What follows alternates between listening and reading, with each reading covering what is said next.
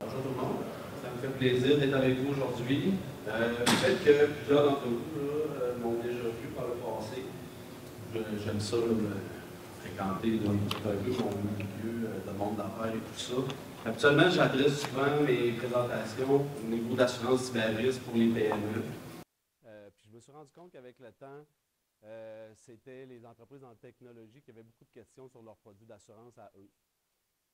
Donc aujourd'hui, j'ai décidé de vous faire une petite présentation pour pouvoir vous expliquer un peu, vous aider à mieux comprendre vos produits d'assurance. En fait, bien souvent, on va se le dire, là, en technologie, c'est pas mal le domaine qui évolue le plus présentement. Oh, je pense que j'avais pas une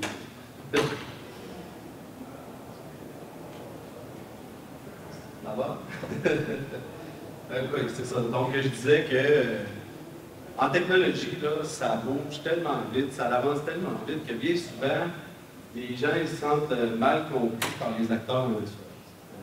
Moi, je suis un spécialiste des assurances en responsabilité professionnelle, technologie et cyber-risque. Trop souvent, j'ai entendu des histoires où est-ce que les gens m'ont dit que j'ai su que j'avais telle limite d'assurance, je pensais que j'avais telle limite d'assurance. Finalement, quand il est arrivé un événement, je me suis retrouvé avec une couverture. Je pensais que j'avais 2 millions, par exemple.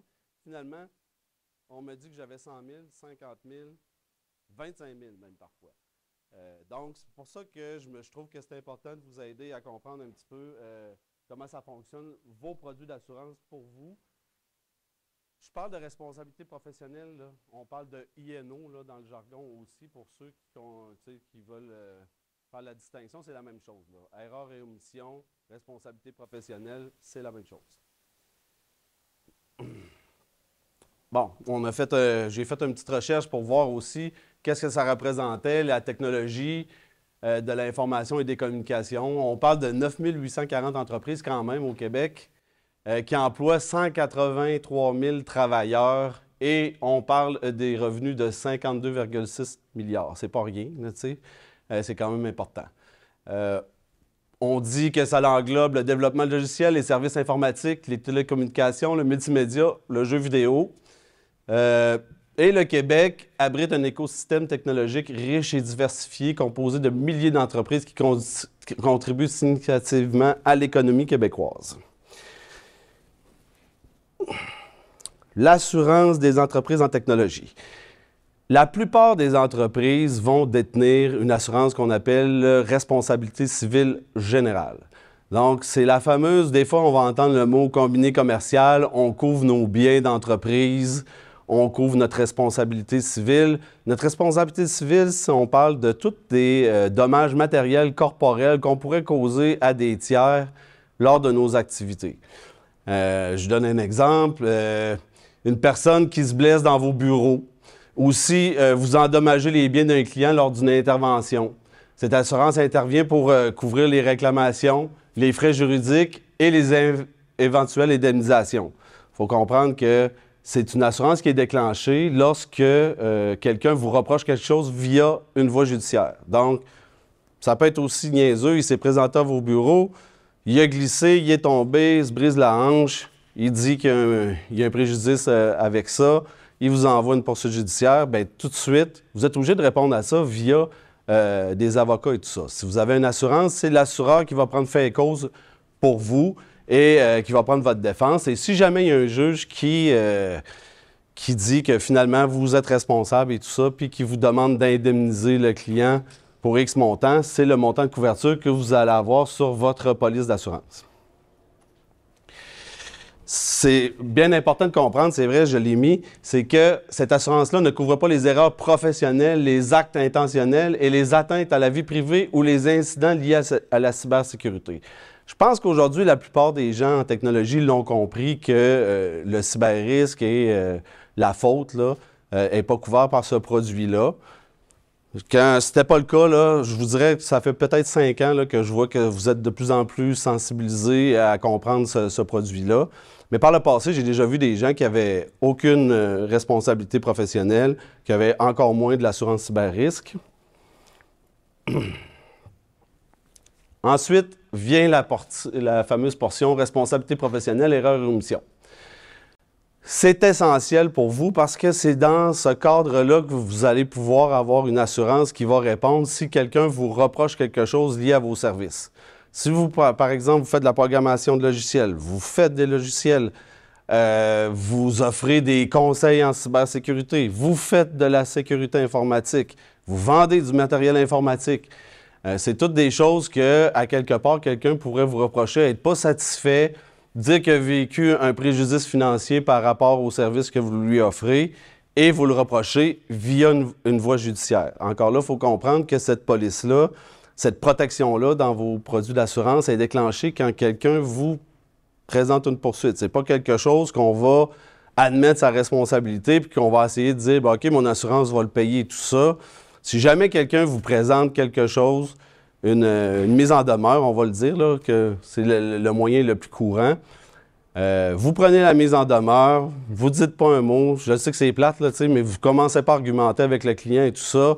Vous appelez votre assureur, vous dites « Je viens de recevoir une mise en demeure, il y a quelqu'un qui me reproche telle chose, puis qui me demande tel montant d'argent, X ou tout ça. » Et c'est l'assureur qui va prendre fait et cause pour vous et tout ça, puis qui va entreprendre les démarches avec vous, puis qui va vous dire quoi faire, quoi pas faire, quoi dire, quoi pas dire. Je donnais des exemples. Une entreprise dans la technologie qui livre un logiciel défectueux qui cause des pertes financières à un client. Ou si un conseil erroné entraîne un problème opérationnel. L'assurance erreur ou omission pour couvrir les frais de défense ainsi que les dommages et intérêts réclamés. Par exemple, il ne faut pas penser que ça couvre pour tout ce qui est lié au cyberrisque. Cette assurance ne couvre pas les atteintes à la vie privée, les incidents liés à la cybersécurité, d'où l'importance de la combiner au besoin avec d'autres protections comme l'assurance responsabilité cybernétique et l'assurance cyberrisque de première partie. Bon, qu'est-ce que c'est ça? Encore là, dans le produit d'assurance cyberrisque, on vient couvrir pour tout ce qui est relié à des attaques informatiques chez vous et des attaques informatiques qui pourraient être créées chez le client et qu'il vous en tient responsable. L'assurance responsabilité cybernétique vise à protéger votre entreprise contre les conséquences financières d'un incident lié à la sécurité de l'information qui soit causé par une erreur humaine, une faille technique ou une attaque malveillante. Il y a deux parties à cette assurance-là. Puis là, je vous le dis, c'est toujours ensemble. C'est l'assurance cyberrisque pour les entreprises en technologie va passer par votre produit responsabilité professionnelle, votre produit INO. Puis c'est là aussi qu'on peut voir qu'il va y avoir des différences. On va avoir des sous-limites, des limites différentes et tout ça. Puis c'est là que ça peut porter à confusion si on ne comprend pas bien son produit. Donc, on a l'assurance responsabilité professionnelle, technologie et cyberrisque. Elle couvre les réclamations de tiers, clients, partenaires découlant d'erreurs ou de négligence dans la prestation de services technologiques ayant entraîné une atteinte à la sécurité des données ou un incident informatique. Exemple, un bug dans votre solution SaaS expose les données de votre client à un tiers non autorisé. Ce qu'il faut comprendre ici, dans le langage, on peut appeler ça la protection third party. Donc, c'est encore une partie de l'assurance qui va se déclencher si quelqu'un vous présente une mise en demeure. Il faut que ça ne peut pas être déclenché. Vous ne pouvez pas appeler votre assureur et vous dites « Là, mon client vient de subir ça. J'ai besoin que mon assurance intervienne et tout ça. » C'est pas comme ça que ça fonctionne. En fait, le client doit se régler son problème de l'autre côté. S'il vous reproche quelque chose, s'il subit une perte financière puis qu'il dit que c'est dû à une erreur ou une omission de votre part, il doit vous le reprocher via une voie judiciaire. S'il n'y a pas d'autre moyen de déclencher cette partie-là. Ensuite, il vient la protection, l'assurance cyberrisque de protection de première partie. Dans le langage, on parle toujours de first party. Donc là, c'est là que ça devient un petit peu spécial. Parce que bien souvent, j'ai des gens qui ont pensé qu'il y avait une couverture de 2 millions, par exemple. On a eu, là, il n'est pas dans la salle, là, Simon David, mais Simon David William, là, de groupe ISM, qui a vécu un événement, puis je peux en parler parce qu'il en parle lui-même, là, puis il m'a donné la permission de le faire. Mais lui, il avait un produit d'assurance responsabilité professionnelle et cyberrisque. Il croyait avoir une couverture de 2 millions. Et il a subi, je pense que pour ceux qui le connaissent, vous le savez, là, je pense que c'est dans les années 2017, quelque chose comme ça. Il a subi un événement d'importance majeure dans son entreprise, là, une brèche informatique et tout ça. Et son assureur lui a présenté un chèque de 90 000 $. Et c'est toute la seule couverture qu'il a pu bénéficier via son assureur. Pourquoi? Parce qu'on ne lui avait pas dit que son contrat contenait des sous-limites first party de 100 000 $. Et il avait une franchise de 10 000 $, donc il a eu un remboursement de 90 000 $ quand il pensait avoir une assurance de 2 millions de dollars.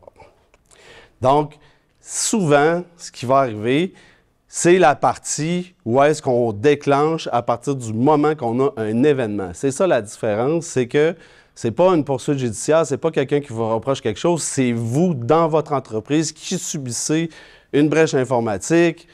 Ça peut être une fraude informatique. Bref, vous le savez, là, il y a toutes sortes de choses qui peuvent se passer. Mais là, c'est déclenché à partir du moment qu'il y a l'événement. Donc, on a souvent un numéro d'urgence, on appelle l'assureur, on dit je suis en train de subir telle chose. Ils ont des équipes d'intervention, d'intervention en cas d'incident, on va appeler ça des équipes forensiques, des breach coach. Breach coach, très important parce que on s'assure de faire les choses et de respecter la législation en vigueur. On parle de la loi 25, ça peut être d'autres lois aussi si on a des clients qui sont ailleurs dans le monde, parce qu'il faut respecter la loi où habite notre client, où est située l'entreprise de notre client. Donc, je vous le donne, elle couvre les pertes directes subies par votre entreprise à la suite d'un cyberincident. Exemple, rançon logiciel, vol de données, interruption de service, atteinte à la réputation, extorsion numérique, coût d'enquête, notification aux personnes touchées, frais juridiques. Ça peut être refaire les données aussi. On parle aussi de, ici, ça peut être le paiement d'une extorsion si c'est nécessaire. Malheureusement, c'est sûr que ce n'est pas la voie qu'on va privilégier. Sauf que, on va être bien honnête, là, s'il n'y avait pas de rançon qui se payait, il n'y aurait pas d'attaque informatique, là, les pirates y abandonneraient. Il faut penser aussi que une brèche informatique, ça prend toutes nos ressources, des fois à l'interne. On n'est pas capable d'opérer. On a un business interruption qu'on va appeler, donc une perte d'exploitation liée à l'événement, et c'est couvert par cette assurance-là.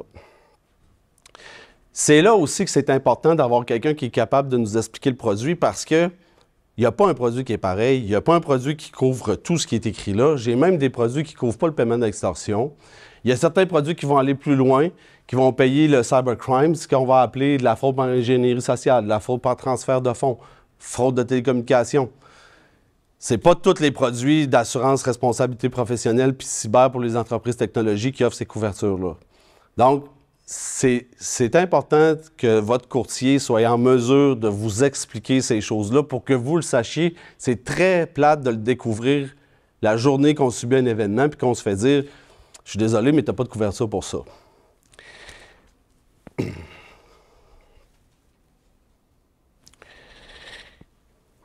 Les deux volets mentionnés précédemment sont essentiels et indissociables pour une entreprise en technologie. Ensemble, ils assurent une protection globale tant pour les pertes subies que pour les responsabilités envers les tiers. Dans un contexte où les cyberattaques se multiplient, une couverture cyber complète est devenue un pilier stratégique dans la gestion des risques d'une entreprise œuvrant dans le domaine de la technologie.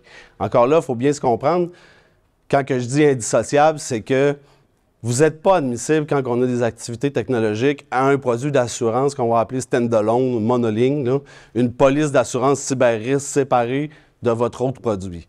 Votre produit d'assurance cyber-risque va toujours passer par l'assurance professionnelle, donc le fameux INO qu'on va appeler dans le domaine.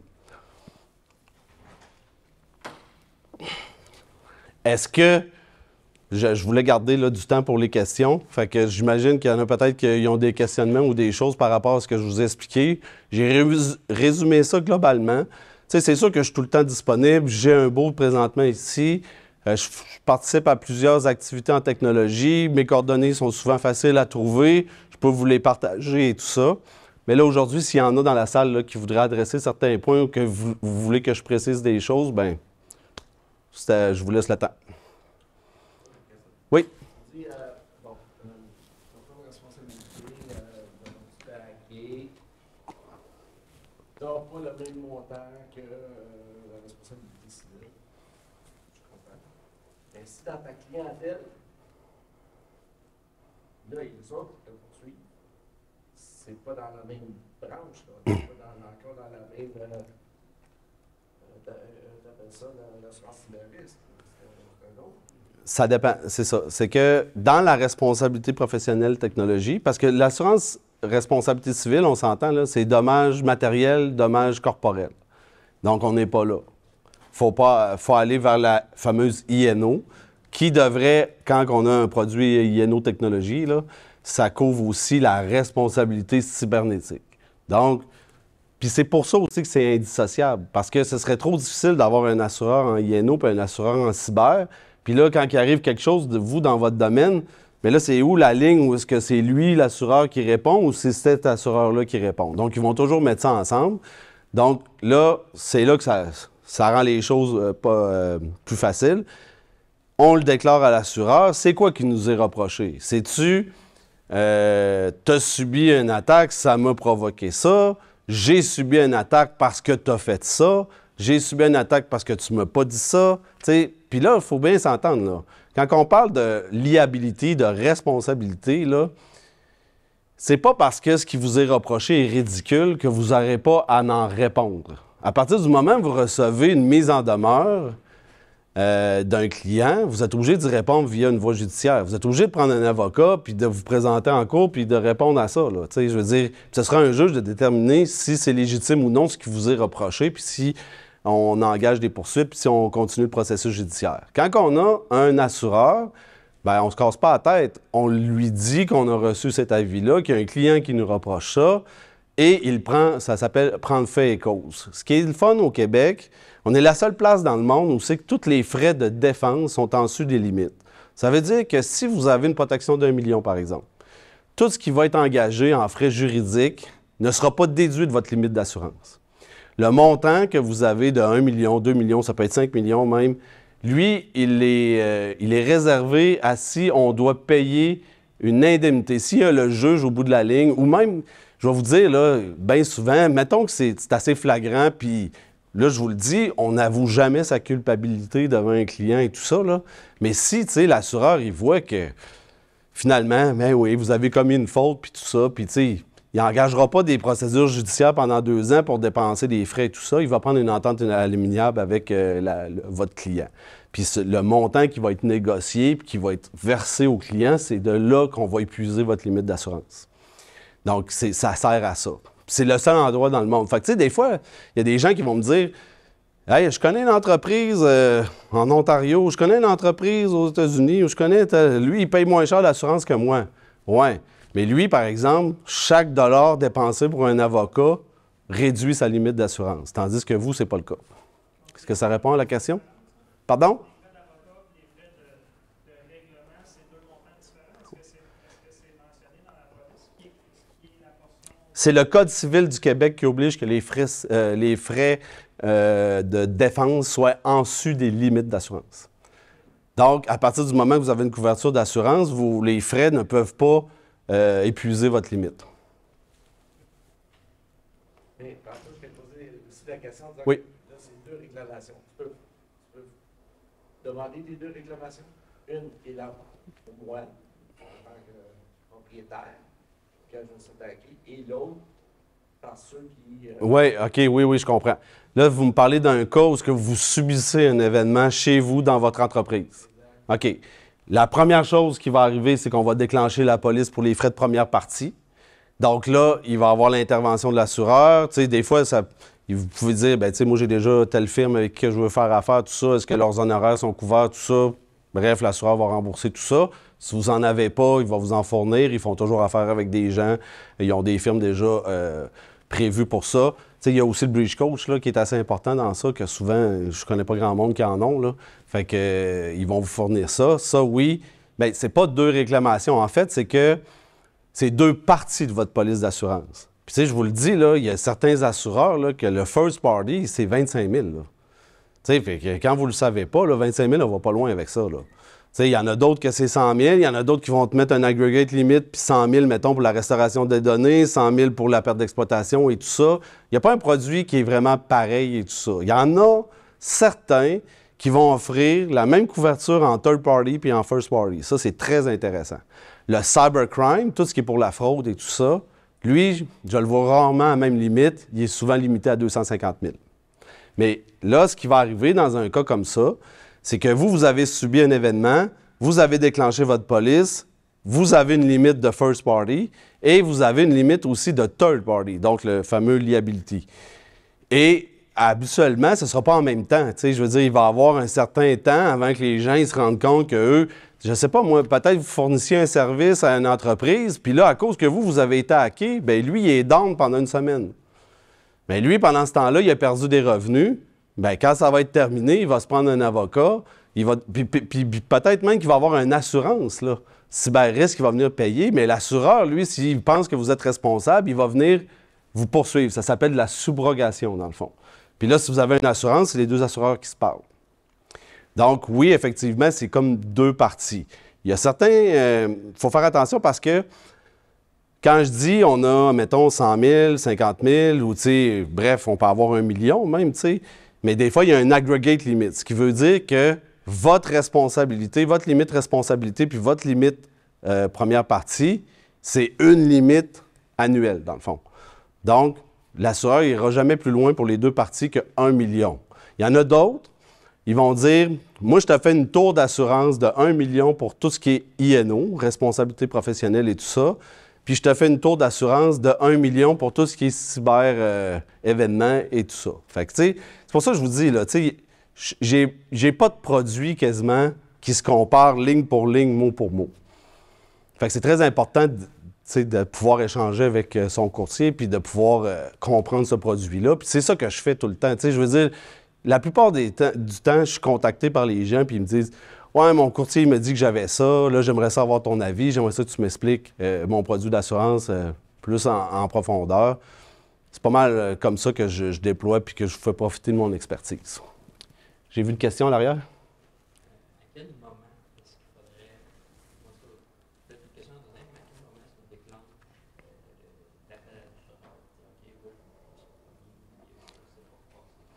En fait, si on a un assureur, c'est le plus rapidement possible.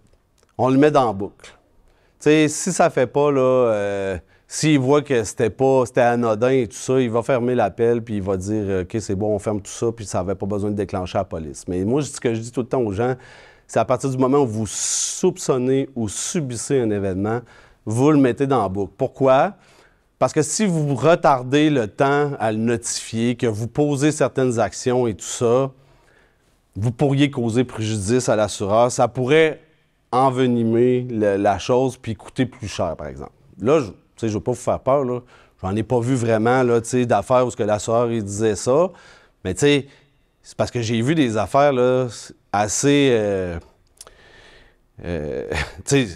parce que là, tu me poses la question, c'est pas mal dans la même journée, là, c'est juste que tu te demandes si c'est tout de suite ou c'est dans... Ça, c'est pas bien grave, là, à partir du moment que tu l'as avisé dans la journée, puis t'as pas pris toutes sortes t'as pas essayé de restaurer tes backups, t'as pas fait tout ça, parce que, des fois, malheureusement, on va effacer les traces de ce qui s'est passé, puis là, ben côté législation, on sera pas capable de respecter ce que la loi nous oblige, parce qu'on sera plus capable de connaître ce qui s'est passé, on a effacé la scène de crime, t'sais. Fait que, on a un assureur, c'est lui qui nous dit quoi faire, quoi pas faire, on le contacte, on lui dit, là, je suis en train de subir ça, qu'est-ce que je fais? Puis en même temps, il va vérifier, avez-vous les ressources pour ça, puis en avez-vous besoin, puis on en déploie dessus. Ce que j'ai vu, c'est des gens qui arrivent, puis qui essayent de régler ça, puis une semaine après, ils appellent l'assureur. Là, c'est sûr que l'assureur, il peut dire, regarde, si m'aurait appelé il y a une semaine, ça m'aurait coûté 100 000 de moins. Ça peut causer certains litiges avec certains assureurs. C'est ça qu'il faut éviter. Oui? Nous, on a un fournisseur de services informatiques pour les clients externes. Oui. Évidemment, on a des contrats avec ces clients-là qui peuvent accepter ou refuser différentes interventions, différents produits. C'est peut-être pas clair comme question, mais je me questionne un peu entre la relation entre notre contrat puis l'assurance. Si le client refuse un antivirus, par exemple, oui. Parce qu'il n'y a pas les lieurs, il se fait attaquer, puis il décide de me poursuivre. Bon. Je sais exactement où est-ce que vous allez. Dans le fond, là, j'ai pas pu adresser ça. Là, j'avais comme une demi-heure, je voulais pas aller trop loin. Mais c'est sûr que moi, je conseille à toutes les entreprises en technologie, surtout en services informatiques puis sécurité informatique, faites-vous toujours un to-do list, laissez-vous toujours des traces dans le dossier client. J'ai offert ça, il a refusé. Je t'ai fait une checklist, tu as accepté ça, tu n'as pas accepté ça, tu n'as pas voulu ça. Puis aussi, d'avoir des contrats avec les clients. J'ai vu trop souvent en technologie qui pensent que la soumission, c'est un contrat. C'est pas le cas. Ma question, en fait, c'est plus, est-ce que l'assureur peut refuser de me défendre si mon contrat est mal monté, par exemple, ou si j'ai pas de contrat? Parce qu'on disait tantôt que les frais d'avocat sont couverts d'emblée. C'est quoi l'importance du contrat? Le contrat, c'est pour limiter votre responsabilité. Ça va aider l'assureur après ça à pouvoir vous défendre quand il va arriver quelque chose. Puis de toute façon, là, habituellement, c'est sûr, ça dépend de la taille de votre entreprise, ça va être demandé si vous avez ça. Fait que, tu sais, est-ce qu'il pourrait vous reprocher quelque chose qu'il ne vous a pas demandé? Non. S'il vous a posé la question, vous avez dit « j'ai des contrats, j'en ai pas », là, ça peut être problématique. Il faut toujours se dire qu'en assurance, si l'assureur ne pose pas la question, il ne peut pas te le reprocher quand il arrive quelque chose. Puis moi, ben, c'est arrivé, j'ai des entreprises dans certains groupes qu'il a fallu que je travaille 2 ans avec eux autres pour qu'ils puissent se qualifier un produit d'erreur ou omission. Parce qu'il n'y avait aucun contrat, c'était un peu le free-for-all, il n'y avait pas de checklist, il n'y avait pas de procédure. Oui. Parce que, tu sais... Mais là, regardez, là, c'est parce que c'est dur pour moi de me prononcer. Je ne sais pas ce que vous avez comme produit d'assurance. Tu sais, des fois, là, on a souscrit l'assurance, on avait un revenu de 500 000 par année, on était une petite start-up, on a eu un produit d'assurance qui ne posait pas trop de questions, puis là, maintenant, on a grandi. C'est sûr qu'il faut être bien conseillé. Tu sais, moi, là, je me dis, regarde, l'assurance est là pour le drame et tout ça. Il faut essayer de limiter le plus possible votre responsabilité quand il arrive quelque chose. Il faut que ça soit clair. Parce que, dites-vous une chose, si vous vous ramassez devant un tribunal, OK? Bien, vous êtes l'expert, puis l'autre, c'est le nul. Fait que lui, sa perception va être prise en cause bien avant la vôtre. Comment vous direz c'était évident, si c'était pas écrit à quelque part, si c'était pas capable de démontrer que c'était comme ça? Tu sais, le plus grand exemple, là, c'est je te fournis un outil pour faire tes copies de sauvegarde. Bien, c'est clair que je te fais pas tes copies de sauvegarde. Bien, moi, j'ai déjà vu des poursuites où est-ce que le client disait « Je t'ai acheté tel produit, moi, j'étais sûr que tu me faisais mes produits de sauvegarde, mes copies de sauvegarde. » Là, tu arrives en cours, tu dis « OK. » Le juge dit « Ben oui, mais où est-ce que tu as dit au client que tu ne faisais pas ces copies de sauvegarde? » Ben oui, mais c'est clair, j'y ai juste vendu le logiciel. Non, c'est pas clair. C'est clair pour vous, c'est pas clair pour lui. Donc, il va prendre la perception de celui qui n'est pas expert.